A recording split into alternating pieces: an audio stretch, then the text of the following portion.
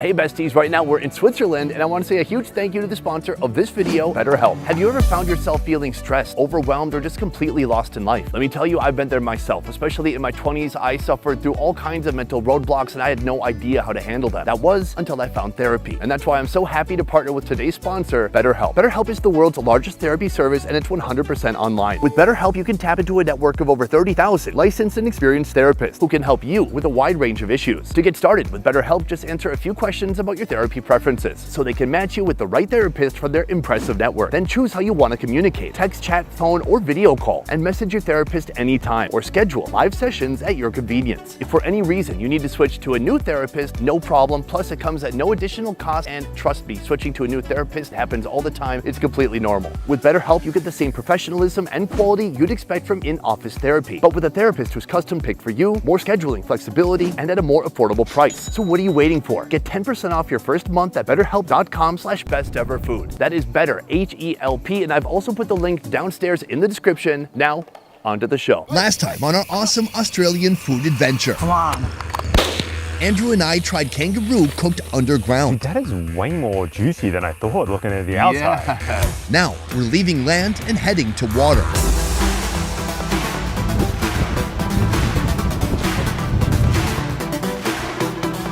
Australia's coastline and pristine waters are teeming with edible marine animals of all kinds. We come out here to get mud crabs, shellfish, and whatever else we want. In the past, Aboriginals used a variety of methods to catch, trap, and collect this succulent seafood. Today, Andrew and I are joining forces with the local team to hunt and cook up seafood the Aboriginal way. Oh, it puked out green stuff on me. From dangerous marine life that can leave you with a deadly sting, Sometimes you'll see their barbs sticking out of the water. What? to squishy creatures that don't look so satisfying. Oh God, this one's vomiting. It must be motion sick. It all starts here during low tide. Elijah, put her there. Where have you brought us? To Muriduga. This area here is known as Watering Cove. Elijah comes from a long line of Aboriginal Australians. He carries the tradition of his ancestors forward, equipped with incredible hunting prowess, used to treat Andrew and I to an iguana just yesterday. That is like really pure white meat. But his talents go beyond hunting on land. So it's low tide right now. When the tide is all the way up, how deep of water would I be in?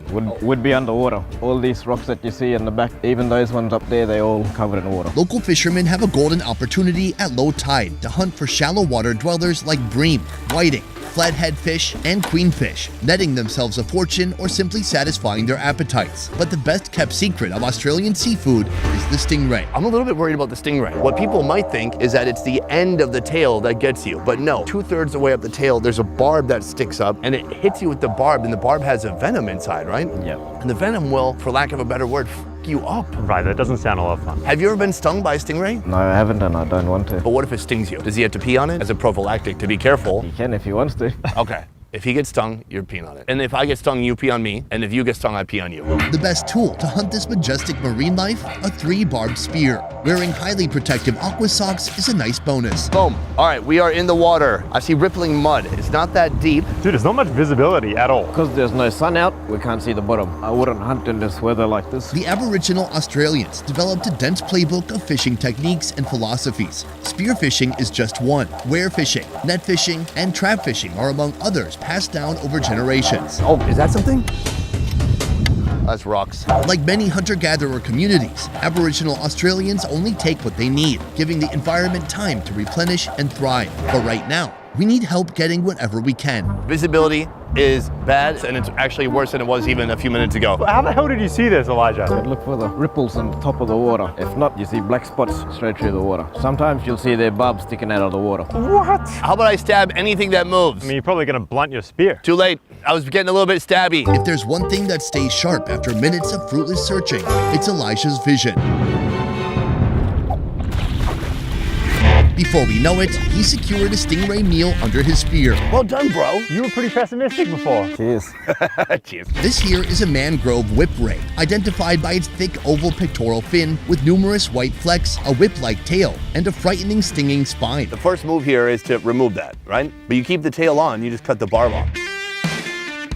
Oh, That is wild. Yeah, it's like a shark tooth. Can this still hurt you? Yeah, it can, yeah. I mean, it doesn't look that intimidating. Well, just don't poke it into you. We don't have air evacuation with our insurance. You brought me here without fucking insurance. We have a guy with a motorbike, and he has a siren on his motorbike. That's it? Why did I agree to this?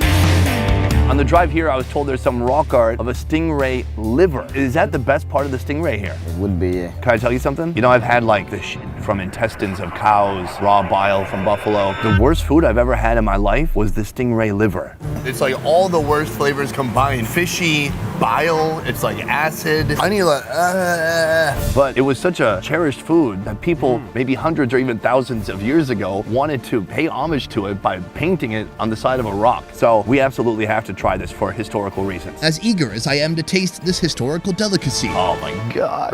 one stingray does not make a meal. Plus, we barely revealed what this place has to offer. So before the tide rises, we're heading out for octopus. What are we looking for, Elijah, to see these octopus? Rock pools are an ideal habitat for octopus, as they provide shelter from the strong currents and a steady diet of invertebrates and small fish. Hopefully they're walking around out of their hole. So you want to catch animals when they're hunting for food. We have the best odds of catching the common Sydney octopus, but that's if we're lucky. Today, Our Lady Luck has granted us this. Sea cucumber. The octopuses we're trying to hunt, they don't want to be caught at all. It makes sense. These guys don't give a shit. I figure we can all carry 8. Nah, I don't want to touch it. Why would you want to touch that? I stepped on it before, I felt that. Well, just put it in your hand. You don't have to eat it. Nah, I don't want to touch that.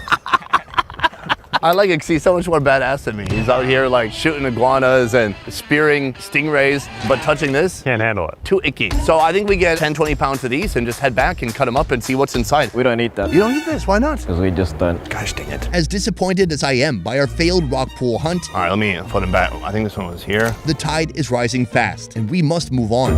Our last hope lies within the mangroves. Australia flaunts the world's 3rd largest mangrove-studded coastline, spanning over 6,800 miles. These exact same mangroves were tread over by food-seeking Aboriginals hundreds of years ago. Along the way, I saw a lot of snails. Do you eat snails? Yeah, most of the time you just chuck them straight on hot coals and then you pull the meat out with a stick. Oh, that sounds good. More than an endless pantry for the Aboriginals, mangrove plants are used for medicines, while mangrove timber is perfect for constructing canoes, boomerangs, and other hunting tools. What is the most prized creature that you could get from here? Mud crab. Well, if you're gonna look in the pools, they'll be just walking around in the water. But if you're gonna go look around in the muds, they'll be somewhere in their burrows. Right now, Elijah is on a quest for some vicious mud crabs, while Andrew and I Gathering. No violence. It's very peaceful. It's tranquil. It's calming, in fact. I ate these no less than 2 weeks ago in Vung Tau in Vietnam. I believe this is the baby version of this. And these are all alive. As you pick them up, they recede inside of their shell. And I can't wait to see how they're cooked up. Andrew, Yo. we are hunting, yes? I mean, they move, right? I mean, how'd they get here? They're big snails as well. That's more hunty. It's like a mangrove buffet over here. And I like to feel like we all pitched in a way. I mean, if we're going by like quantity, I got the most of that. What do you call these? Long bums. That's like all shell. That doesn't count. How much meat do you reckon's in that? Plenty of meat in there. Heaps. I don't know why he's helping you out. Well, then you also got some mud crabs. It's kind of given up. And it also doesn't have claws. Did you catch this without claws or did you remove the claws? Catch it with no claws. You can see the claws are starting to grow back on it. Yeah, like a couple little nubs here. So from here, we have all of our food. Time to cook it up and have feed you. Have a feed, I like that. Like I'm a oxen. Mangrove Course 1. These look delightful. They are, mate. Joining us for our first taste of the mangrove, Clint, who we met last time as we dined on kangaroos cooked whole underground. You know, the shooters know that we love tails so much. They just supply tails. We can buy like a box of 15 tails. It's like chicken wings, but the indigenous version. Clint operates an Aboriginal cultural tourism business that offers a glimpse into the traditions and history of his people. Can you talk about the method of preparation? I'm so fascinated. You know, we saw how the iguana was cooked yesterday, how the kangaroo was cooked, and then now the seafood today, just put right on the charcoal. What we do is we want to put it head side down onto the coals, and what that does, it allows the juices inside to sort of steam it on the inside and you get more flavour. Plus, we don't want the crab to run off the fire.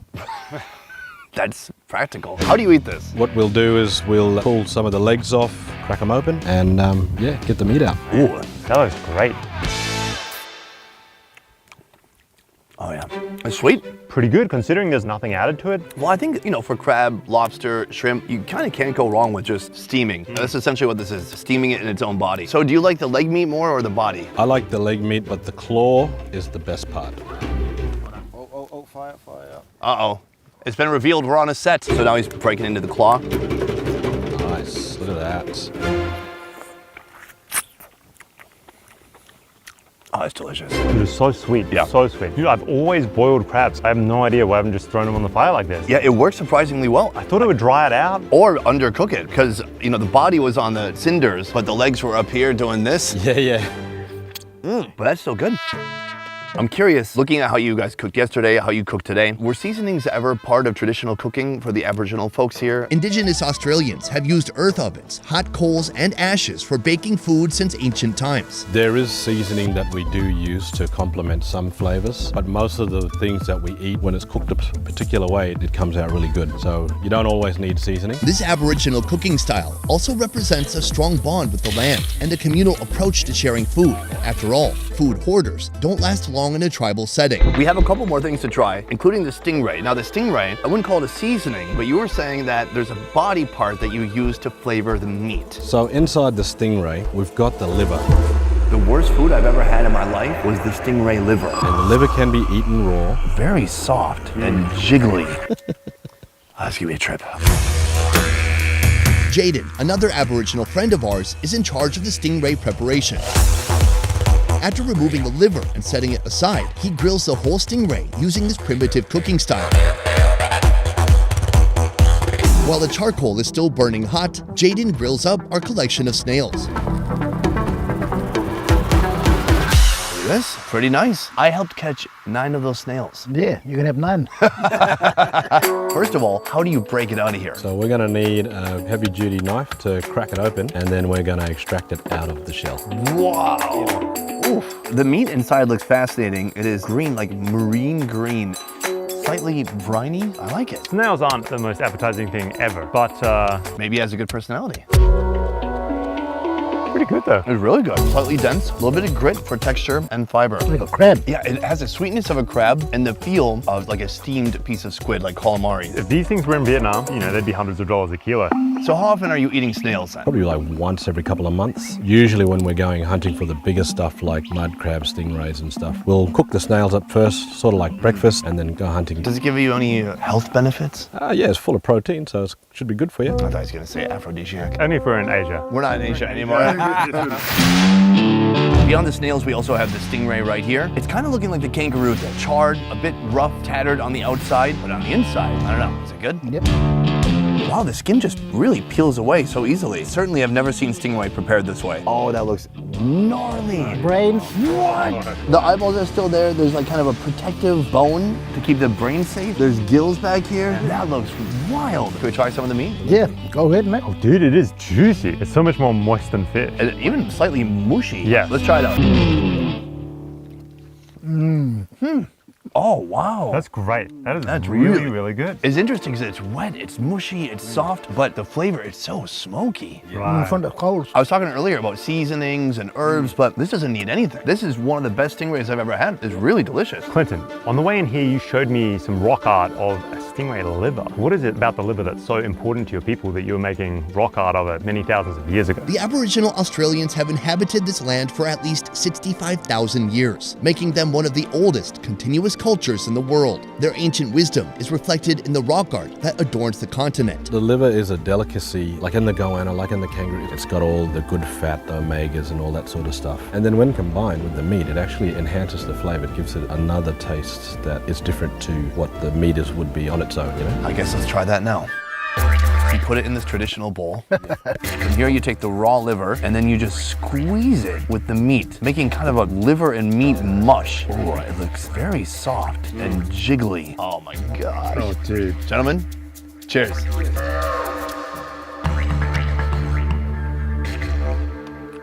Oh.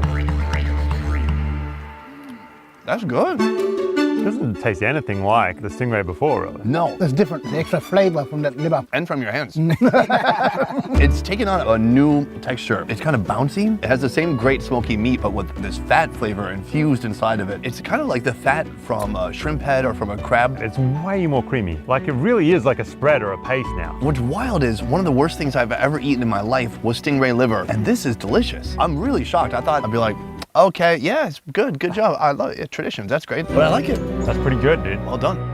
I'm curious, you know, Andrew was talking about the rock art. How far do those go back? And a lot of them are over the 45,000 year mark, but some are created during the Ice Age period, and then others made in the last few thousand and last couple of hundred years. As far as we know, about 3,000 generations of our family have lived in this same area. In that time, a lot of things have happened and changed, and like even where we are today, the sea wasn't even here. There was no mangrove, no ocean, none of this stingray. It was, 100 kilometers away from where we are now. And as they changed the scenery, they've recorded it as well, and the food that came along with that change and adapted to it. It's my understanding that seafood like this, pretty much anybody in Australia could go get some snails, could get a stingray. What are the seafood species reserved only for the indigenous people here? Turtle, for example, is something that only Indigenous Australians can eat, and the dugong, which is similar to your manatee. When you say turtle, you mean sea turtle. The green turtle. In our next episode, Left, yards left. we'll witness the pursuit He's there. and capture of a massive sea turtle, a traditional rite reserved only for the Aboriginal people. Wow. I could say that affected me a lot more than I thought it would.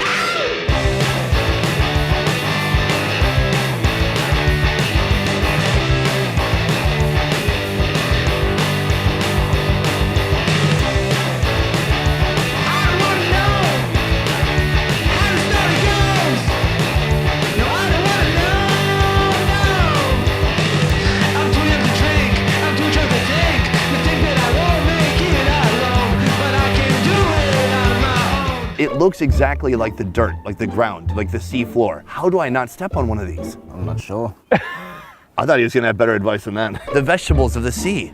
Well, these are technically fruit, huh? This is a sea cucumber. In Australia, they'd call it a sea cucumber. What do you think is inside? Hello? Instead of going out there in the ocean and stabbing things, nobody wants to be stabbed with a spear, but you know what? People don't mind being collected. I helped catch 9 of those snails. You can have 9. Oh, well, I guess I didn't get the stingray, so I can't eat any raw liver. What a bummer. What a bummer. Yes, what a bummer. All right, I gotta stop doing it. Boom, guys, that is the end of our second video here in Australia. I hope you enjoyed it. My gosh, we are doing a whole Australian food series, and we are not going to any restaurants. Right here, my friend Andrew. Thank you for joining me. Thank you, sir. Right here, you can follow him on YouTube. He is currently posting a series about a minority ethnic group in Vietnam known as the Katu. And the series features a lot of local food too. Please go check it out right now. Otherwise, that is it for this one. Thank you so much for watching. I will see you next time. Peace. Man, we almost got an octopus in that little pool. There's like those little pools. I remember. And then Clint let it go. He was just like, if you let it go, they'll swim away. And now we don't have octopus.